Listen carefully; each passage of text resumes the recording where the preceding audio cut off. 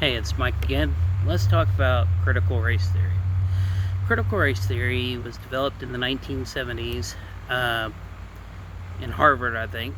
Nowadays, it's used in law schools. It's never been taught K through 12, like Republicans are saying over and over. It's not to make white people look bad or whatever they want to say. It's a theory to analyze how systemic racism applies to the criminal justice and legal system. It's used by legal scholars to understand systemic racism. Now, what's the real problem is that Republicans are banning critical race theory in schools, yet it's never been taught, which leads to them labeling things that aren't critical race theory as critical race theory, such as studying systemic racism in general, studying slavery, knowing the actual details of it and the brutality, studying Native Americans, studying the genocide that happened to the Native American people, and all the other atrocities that have happened to people. Now, how I see it, if you get upset because, well, it makes white people look bad type thing, well, try to find some of the good white people during that time and focus on them. And, that could be the positive light you could show someone. There were some, like DeCassis back during Columbus's time. He was a priest who got excommunicated because he spoke against the treatment of the native people in Central America, the Central Costa Rica area. He spoke out against it.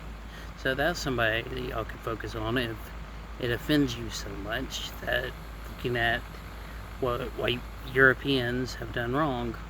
And, the other things are like, well, the Irish were treated bad. Yes, okay, let's talk about them. That's fine.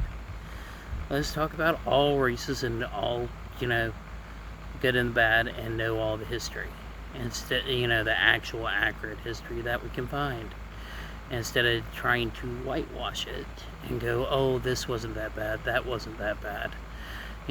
Or the favorite argument that I've heard a lot is all the people, black, white, native, everything, are better off being here than where they were. Now, black people were in Africa, and y'all took millions of them and sold them into slavery. We have no clue how Africa would have been because you took a mass amount of their population. And that's such a stupid argument. Native Americans were doing fine here. To everything we know, there weren't huge wars going on. Nobody was trying to exterminate them all. And we didn't have, disease, pandemics, and everything else going through our lands like crazy. So I would say they were doing pretty good before European contact. So those arguments are null and void. It's just,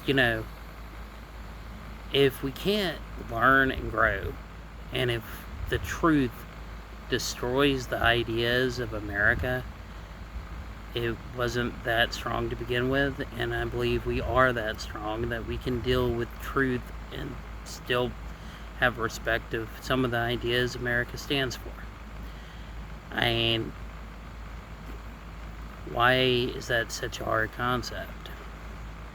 That we gotta learn from our past where we don't make the same mistakes. And one thing big right now is the systemic racial issues going on, the police brutality, the income inequality, all these different things that go on with